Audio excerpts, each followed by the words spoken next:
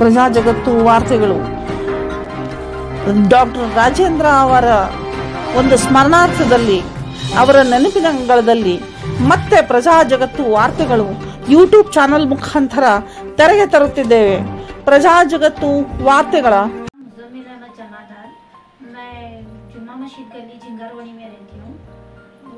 सलमान खान व्यापारी जो 3 साल से मेरे साथ बहुत हरेसमेंट किया, वो मेरी दीदी का जवाई लगना, दीदी की लड़की का पति, तो फिर मेरा भी दामाद हुआ। वो मेरे साथ बहुत ज़बरदस्ती किया, मेरे साथ 3 साल से मेरी ज़िंदगी बहुत बेकार किया। अभी सलमान व्यापारी बोल के बोली ना, वो कहाँ के रहने वाले हैं? वो मदार मट्टी उधर रहने वाला है, मदार मट्टी के पास में आज़ाद नगर, उधर उसकी दादी का घर है, वो उधर रहता है। तुम्हारा क्या रिश्ता होना उसके साथ? वो मेरी दीदी का जवाई लगना। मतलब तुम्हारी बड़ी दीदी का? हाँ, बड़ी दीदी का। मेरी बड़ी दीदी की लड़की का हस्बैंड हो, तो एक तरफ से मुझे भी दामादी लगा। दामादी लगना। उसका नाम क्या बड़ी दीदी का? नशीमा अख्तर।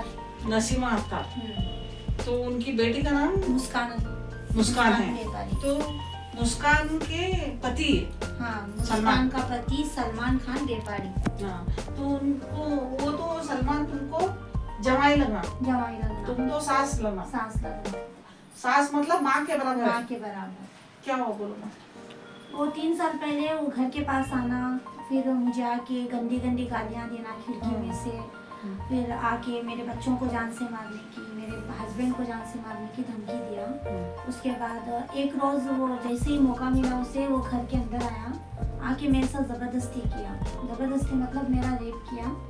उसके बाद वो 3 साल के बाद मुझे बहुत टॉर्चर किया उसी बात पे, और जारी निके का पेपर बना के मुझे तू मेरी बीवी है ऐसा बोल के हैरेसमेंट करके मेरे साथ फ़ोन पे बात करने की ज़बरदस्ती किया। फिर मेरे घर आने की बात किया, मुझे मिलने की बात किया। ऐसे ही हैरेसमेंट करके मेरे बच्चों को जान से मारता, मेरे हस्बैंड को जान से मारता, ऐसा बोल के मेरे से गंदे गंदे बातें उगला लिया। बहुत से ऐसा मुझे बात किया, टॉर्चर किया। उसके बाद मुझे 15 दिन लेके भी गया अपने साथ। उससे पहले तुम 15 दिन लेके गया नहीं? उससे पहले तुम पुलिस स्टेशन नहीं गए? मैं 4 बार जाके आई पुलिस स्टेशन। कौन से पुलिस स्टेशन को? मैं टॉन पुलिस स्टेशन को गई थी, जाके भी आई, और वहाँ पे जाके मैं उनको ओपन धमकी भी दी, अगर मेरा FIR नहीं करोगे तो मैं अपनी जान लूंगी। उससे पहले मैं सलमान खान के आंख में मिर्ची का पानी डाल के गई थी, और मैं खुद जाके उधर बोली कि मैं उसके आंखों में मिर्ची का पानी डाल के आई हूँ इधर कंप्लेंट लिखाने कि मैंने ऐसा किया है, मेरा FIR फाड़ो। वो मुझे बहुत टॉर्चर किया मेरे घर पास आके, इसके लिए मैंने उसकी आंखों में मिर्ची का पानी डाली। फिर भी वो मेरा FIR नहीं किए, कुछ भी नहीं। उसको बुलाए, 2 से 3 बार बुला के मेरे सामने मारे, फिर उसको वापस भेजे। तो पुलिस लोग सलमान के ऊपर एक भी FIR नहीं किए थे? ना कुछ भी नहीं किए, ना हम लोगों को बोले कि हम उसके नाम से केस किए हैं, ऐसा कुछ भी नहीं बोले। नहीं। बाद में वो उनको लेके कैसा गया? वो घर पे जब वो घर ओपन था, मेरा बच्चा है छोटा 1 साल का, तो वो खेल रहा था, तो मेरे घर पे आया और चाकू की खिड़की में आके मेरे बच्चे को उठाया। जब मेरा बच्चा खेल रहा था तो चाकू उसके गर्दन पे रख के मेरे बच्चे को बोला कि मैं इसे लेके जा रहा हूँ, अगर तू मेरे साथ नहीं आई तो मैं इसे चाकू से इसका गला काटता हूँ करके बोला। बुर्का पहन अभी इसी वक्त, अब तो मेरे साथ आना है। मुझे ये नहीं बोला कि मैं तुझे भगा के ले जा रहा हूँ, मैं तुझे यहाँ से दूर ले जा रहा हूँ, ऐसा कुछ भी नहीं बोला। बस मुझे निकलने की धमकी दिया। मैं जैसी हालत में थी मेरे बच्चे को बचाने के लिए, मैं बुर्का पहनी और मैं उसके साथ गई। यहाँ तक कि मैं चाबी भी नहीं भाई घर पे, और ना मेरे बच्चे के कपड़े ली, उसके भी कपड़े नहीं चेंज किए, ना मेरे कपड़े चेंज किए। वो ब्लैक मैजिक वगैरह कुछ बना था क्या? हाँ, वो घर के पास में, वो जब मैं नहीं थी मेरे घर पे, तब जैसे ही मैं घर पे आती थी तो खिड़की के अंदर नींबू, सुई और धागे जैसे कुछ मिलते थे, तो वो करता था शायद। वो जब भी आसपास क्या करतूत वगैरह बोलते, तो घर के आसपास भी बोलते थे कि कोई आया था ऐसा।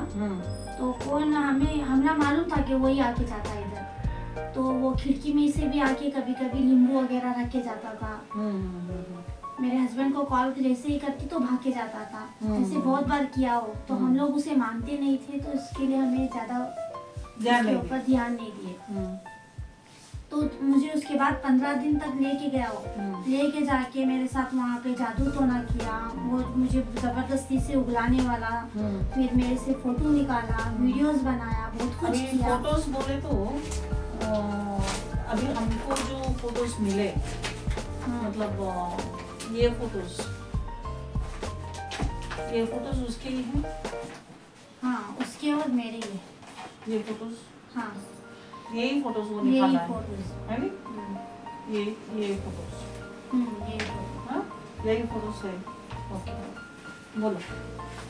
ये सब जबरदस्ती से किया वो मेरे साथ, और मेरे ऊपर हारेसमेंट करके दिन रात मेरे साथ जबरदस्ती किया। और उसके बाद मुझे धमकाता था हर दिन कि तू आके इधर महीना हुआ, तेरा हस्बैंड तुझे डिवोर्स दिया, तेरे बच्चे तुझे छोड़े, तो मैं जैसा बोलता वैसा रहना है, वो नहीं तो मैं तुझे कहीं और ले जाके बेचूंगा, ऐसे धमकी दिया मुझे। तो वापस आने के बाद तुम्हारा गले का चेन वगैरह सब लिया? सभी लिया, मेरे गले की चेन लिया, चेन लेके बेचा। बेच के फिर वो घर में बोला कि मैं उधर ही छोड़ के गई, ऐसा बोलने लगा। फिर मेरे इधर जब धारवाड़ में वो सबके साथ कनेक्ट था, उसे सभी इंफॉर्मेशन देते थे। हर एक इंसान, पता नहीं कौन, उसके पास फोन थे, सभी लोग उसे इंफॉर्मेशन देते थे, यहाँ पे मेरा हस्बैंड किधर जा रहा है, किससे मिल रहा है, कौन उसकी हेल्प कर रहे हैं, सभी। और जिधर पे वो लेके जाता था, वहाँ पे मेरे हस्बैंड को जैसे ही पता चलता तो उसको मालूम पड़ता था कि वो इधर है, तो उधर से लेके कहीं और जाता। वो कौन से गांव को लेके गया? मुझे कोल्हापुर को लेके गया, उसके बाद शालगढ़ दरगाह, वहाँ पे मिरिज को, और मासा कुच्ची वहाँ पे लेके गया। हुबली में भी रखा था वो अपने रिलेशन के घर में। बाद में पुलिस लोग पकड़ के पुलिस लोग तो वो मुझे धमकी दिया था कि अगर मैं बोलूँगी कि मैं मेरे हस्बैंड के साथ जाती हूँ बोल के, अगर मैं उसको बोलूँगी कि ये ज़बरदस्ती लेके गया, तो मेरे हस्बैंड को, मेरे बच्चों को जान से मारने की धमकी दिया था। इसके लिए वो जैसे बोला मैं वैसे की। तो स्टेटमेंट दिए तुम? मैं स्टेटमेंट पुलिस स्टेशन से गई। वो लोग लिखे थे, तुमको मालूम था क्या नहीं, मुझे कुछ भी नहीं मालूम था। वो क्या लिखे थे? वो क्या लिखे थे मुझे मालूम नहीं था। जैसे ही मुझे बाद में मालूम पड़ा कि उसमें लिखे थे कि मैं मेरी मर्जी से गई बोल के, उसमें था मुझे जबरदस्ती से साइन करने के लिए बोले वो सभी। मुझे कन्नड़ नहीं आता है, ना पढ़ने आता है, ना बोलने आता है। तो वो जैसे बोले मैंने साइन किया। तुम्हारा भाई बोले साइन करो इस पे बोल के मैंने साइन की। उसके बाद मुझे पता चला कि उसमें मैं मेरी मर्जी से गई बोल के ऐसा था कुछ स्टेटमेंट।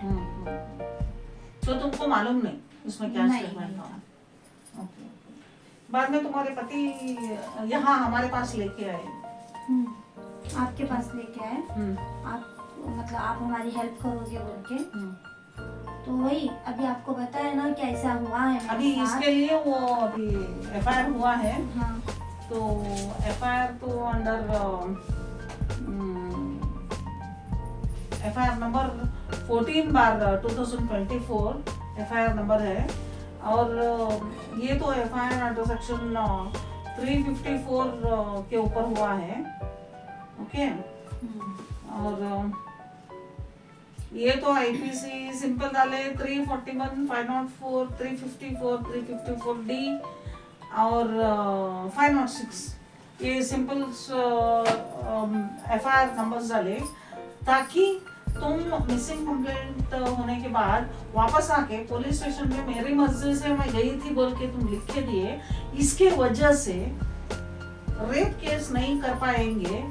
इसके लिए ये जो है तुमको छेड़छाड़ी कर रहा है, तुम्हारे जान को मारने की कोशिश कर रहा है, और तुमको परसों पकड़ के खींचा बोल के बोले आप खींचा कि वहाँ मेरे पिताजी वो तबीयत ठीक नहीं थी उनकी। जब मैं उनको मिलने के लिए मेरे भाई के घर गई थी, तो वापस जब मैं दुकान जाके वापस आ रही थी तो उधर रुका था वो। उधर रुकने के बाद तो मुझे अकेले जैसे ही देखा तो मेरे हाथ पकड़ के खींच के मुझे बोला अपने घर चल, मेरे साथ चल फिर वापस। तेरे हस्बैंड के साथ बहुत खुश है तू, बहुत घूम रही फिर रही, तुझे मैं इधर से ही लेके जाता हूँ फिर। और फिर मेरे हस्बैंड को फिर मेरे बच्चों को मारने की धमकी दिया। बाद में क्या हुआ? वापस आई मैं, आके फिर बोली नहीं, मेरे भाई लोगों को बोली, नहीं मेरे भाई लोग देखने, जैसे ही मेरे भाई लोग आए वो भाग के गया गाड़ी लेके। हाँ, वो तुम्हारे भाई लोग आए मैं भाग के उसको धक्का दे के मैं गई। जाके मैं घर में बोली कि वो ऐसा मेरे साथ किया, तो मेरे भाई इमिडिएटली भाग के आए। तो जैसे ही भाई को देखा उधर भाग से के गाड़ी गया। लेके गया।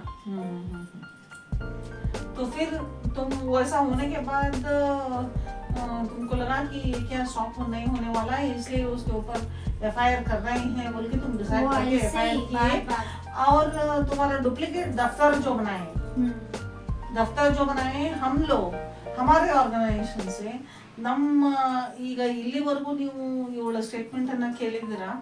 ನಮ್ಮ ಒಂದು ಭ್ರಷ್ಟಾಚಾರ ನಿರ್ಮೂಲನೆ ಹಾಗೂ ಮಾನವ ಹಕ್ಕುಗಳ ವಿಂಗ್ನಿಂದ ನಾವು ಈ ಹೆಣ್ಮಗಳಿಗೆ, ಈ ಒಂದು ನೊಂದಂತಹ ಹೆಣ್ಮಗಳಿಗೆ ಗಂಡ ಇದ್ರೂ ಕೂಡ ಬೇರೆ ಸಲ್ಮಾನ್ ಅನ್ನೋ ಒಂದು ವ್ಯಕ್ತಿ ಇವಳಿಗೆ ಅತ್ಯಂತ ಕಾಮುಕ ದೃಷ್ಟಿ ಮತ್ತು ಕ್ರೂರ ದೃಷ್ಟಿಯಿಂದ ನೋಡಿದಂತಹ ವ್ಯಕ್ತಿಗೆ ಏನಾದರೂ ಒಂದು ಶಿಕ್ಷೆ ಕೊಡಿಸ್ಬೇಕು ಅಂತ ಅನ್ನೋದ್ರೊಳಗೆ ಇವಳು ಓಡಿ ಹೋದಾಗ ವಾಪಸ್ ತಿರ್ಗಾ ಬಂದು ಓಡಿ ಹೋದ ಕಂಪ್ಲೇಂಟ್ ಅನ್ನು ಇವ್ರು ಕ್ಲೋಸ್ ಮಾಡ್ತಾರೆ.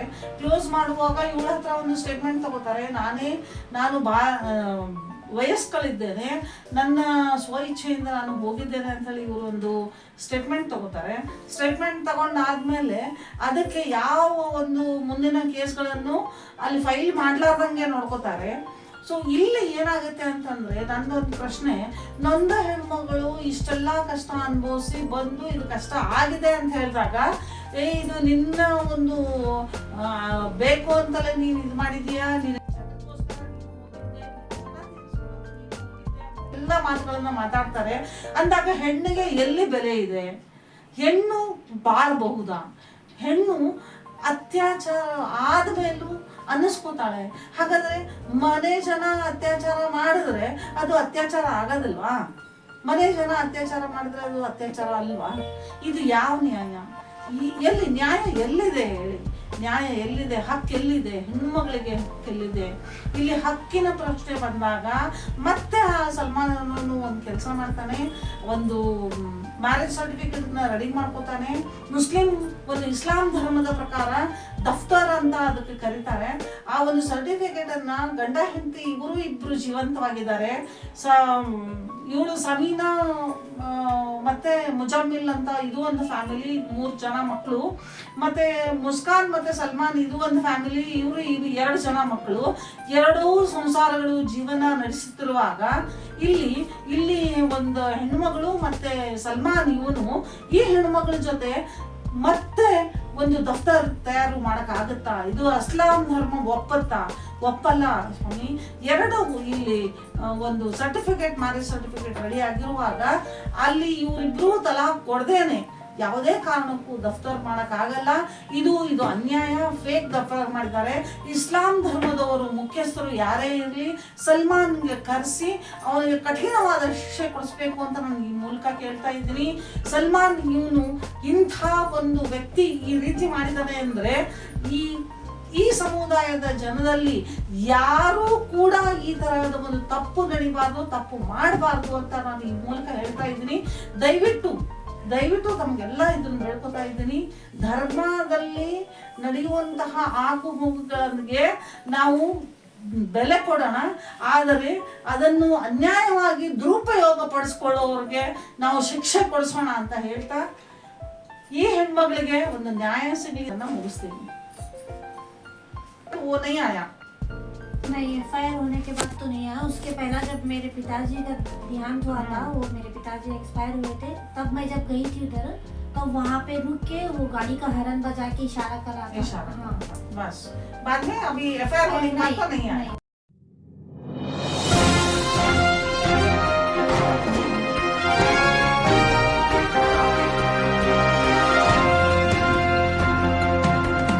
ಪ್ರಜಾ ಜಗತ್ತು ವಾರ್ತೆಗಳು